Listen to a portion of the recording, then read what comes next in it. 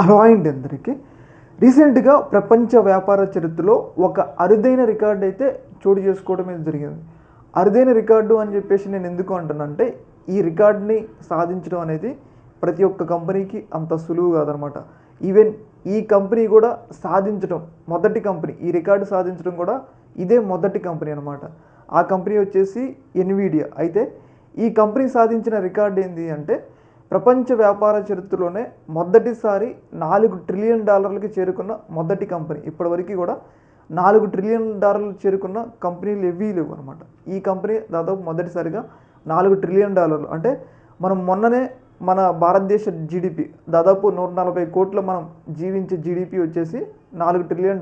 కానీ ఒక company GDP $4 trillion అంటే ఈ కంపెనీ యొక్క స్థాయి, ఈ కంపెనీ యొక్క సామర్థ్యం ఏందో మనం అర్థం చేసుకోవచ్చు అనమాట. అంటే అందుకోసమే ప్రపంచ వ్యాపార చరిత్రలో ఇది ఒక అరుదైన మైలురాయి అని చెప్పేసి నేను అన్నాను అనమాట. అయితే ఈ కంపెనీకి ఎందుకు ఇంత డిమాండ్, ఎందుకు ఈ స్థాయికి వెళ్ళింది అంటే, మనం రీసెంట్గానే చూస్తున్నాను, ప్రతి ఒక్క పనికి కూడా చాలామంది ఏఐ మీద ఆధారపడుతున్నారు, ఆర్టిఫిషియల్ ఇంటెలిజెన్స్ వ్యవస్థల మీద ఆధారపడుతున్నారు. ప్రతి ఒక్క రంగంలో కూడా, ఇప్పుడు నడుస్తున్న ప్రతి ఒక్క రంగంలో కూడా ఏఐ సేవలు అనేది చాలా పెద్ద స్థాయిలో పెరిగిపోయినాయి అనమాట. అయితే ఆ ఏఐ సేవలు సమర్థవంతంగా పనిచేయడానికి చిప్పులు అవసరం ఉంటాయి. అయితే ఆ చిప్పులు తయారు చేసే కంపెనీ వచ్చేసి ఎన్విడియా కంపెనీ అనమాట.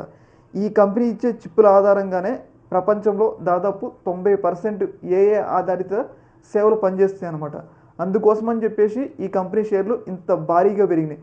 ఇప్పుడు చూస్తూనే ఉన్నాం, ఏఐ మీద మనుషులు ఏ స్థాయిలో ఆధారపడుతున్నారు, భవిష్యత్తులో కూడా ఇంకా పెద్ద స్థాయి, ఇంకా ఎక్కువగా ఆధారపడడానికి అవకాశం ఉంది. కాబట్టి ముందుగానే ఈ కంపెనీ షేర్లకి డిమాండ్ పెరిగిపోవడం వల్ల దాదాపు ఈ కంపెనీ $4 ట్రిలియన్ చేరిందనమాట. అంటే దాదాపు కొన్ని వందల దేశాల ఆర్థిక వ్యవస్థల కన్నా మించి మనం చూసుకున్నట్టయితే, మనం ప్రపంచంలోనే 4వ అతిపెద్ద ఆర్థిక వ్యవస్థ.